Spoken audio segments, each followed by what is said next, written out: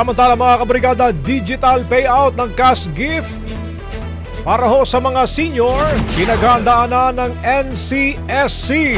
Brigada Pinalalakas ng National Commission of Senior Citizens o NCSC ang digital literacy training para matulungan ang mga senior citizens na makasabay sa pagpapatupad ng digital payout ng cash gift sa ilalim ng Expanded Centenarians Act. Ayon kay NCSC Chairperson Attorney Maria Merceditas Gutierrez, nagsasagawa ng pagsasanay ang kanilang 16 na regional offices at mga Office for Senior Citizens Affairs o OSCA upang maturuan ng mga nakatatanda sa paggamit ng digital transactions at pagbubukas ng mga account na gagamitin sa pagtanggap ng benepisyo. Sa ilalim ng batas, makakatanggap ng 10,000 pisong cash gift ang mga senior citizens na umaabot sa edad na 80, 85, 90 at 95 habang 100,000 naman ang ipinagkakaloob sa mga centenarian. Maaaring ipadala ang benepisyo sa Land Bank account, GCash o iba pang payment channels na aprobado ng NCSC. Upang makapag-apply, kailangan magtungo ang senior citizen sa OSCA o Local Social Welfare Office sa kanilang lugar at magsumite ng PSA-issued birth certificate, litrato at iba pang kinakailangan dokumento.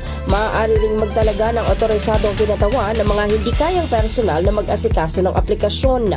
Ayon sa NCSC, maaaring matanggap ang cash gift sa loob ng humigit kumulang 3 linggo matapos makompleto at maaprobahan ang kanilang mga requirement.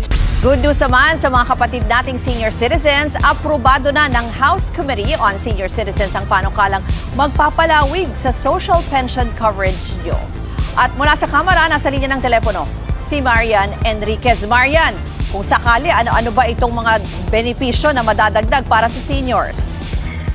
Yes, Ruth, sa ilalim nga ng substitute bill, ang mga senior citizen na hindi indigent ay makatatanggap pa rin o magkakatanggap na rin ng 5,000 pesos na monthly stipend at makalipas ang 5 taon, lahat ng senior citizens ay entitled makatanggap ng Universal Social Pension na 1,000 pesos monthly allowance kahit may iba pa silang tinatanggap na pensyon mula sa iba pang pension providers.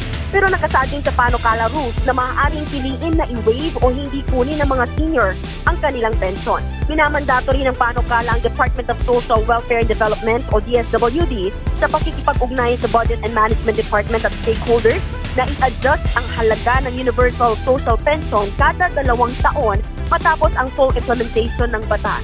Ililipat din ang pagpapatupad, distribution at management ng social pension mula DSWD sa National Commission on Senior Citizens sa loob ng hindi lalagpas ng 3 taon.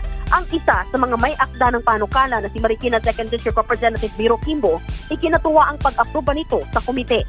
Sa isang pahayag, sinabi ni Kimbo na isa sa mga gusto niya ma-address sa panukala, kaya ito inamyendahan ay ang disqualification ng mga SSS at GSIS pensioners.